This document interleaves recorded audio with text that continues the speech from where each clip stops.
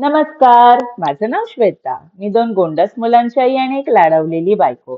तर लाडवलेली बायको आज निवांत होती कारण शनिवार होता आणि आपलं हळूहळू सगळं आवरणं सुरू होतं. तर असं सगळं स्किन केअर करून स्वतःला सुंदर बनवून निघाले मी नाश्त्याला. तर नाश्त्याला बनवली होती आज मी इडली चटणी. राईस केक त्यांना खूप आवडतो, त्यामुळे आठवड्यातून एकदा मी बनवतो. तर मी तुम्हाला सांगितलं होतं, मी तुम्हाला आज नाश्ता सांगेल. तर मी ज्वारीचं सेरेलॅक सांगते तुम्हाला. तर याचे फायदे असे आहेत की ते आपल्या बॉडीमधलं हीट मेंटेन ठेवतं आणि वेट गेनसाठी आपल्या मुलांच्या खूप चांगलं असतं. हाडांच्या वाढीसाठी खूप फायदेशीर असते ज्वारी.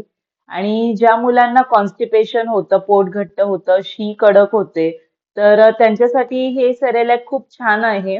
आणि हे मोस्टली नाश्त्यालाच सेरेलॅक द्यायचे असतात.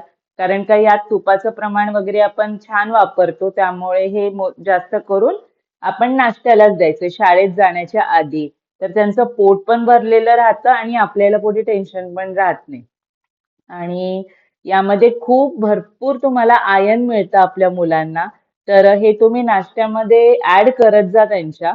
आणि हे असं या स्टेजला आलं ना, असं खरपूस भाजून झालं ना तुपामध्ये, की मग यामध्ये आपल्याला इथे ऍड करायची आहे विलायची आणि गूळ. आता गुळाच्या ऐवजी तुम्ही बनानाही वापरू शकता हा स्मॅश करून, असं काही नाहीये. ज्याच्या त्याच्या आवडीनुसार.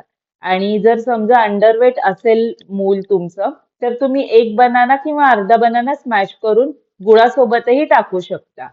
आणि यामध्ये ज्यांना पाणी घालायचंय ते पाणी ऍड करा, किंवा ज्यांचं बाळ अगदीच अंडरवेट वगैरे आहे, तर त्यांनी दूध ऍड करा. आपल्या ॲनिमल मिल्कच्या जागी तुम्ही ओट मिल्क किंवा आल्मंड मिल्क पण ऍड करू शकता. आणि यामध्ये तुम्हाला ड्रायफ्रूटची पावडर पण थोडीशी ऍड करायची आहे फॉर एक्स्ट्रा न्यूट्रिशन.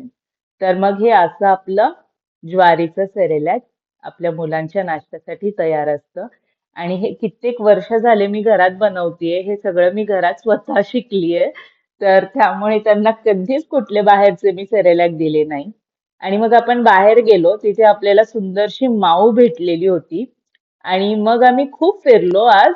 तर मी कुठे कुठे फिरले, मी हे तुम्हाला अपडेट देईल नेक्स्ट व्हिडिओमध्ये. तर वेट करा नेक्स्ट व्हिडिओचा. बाय.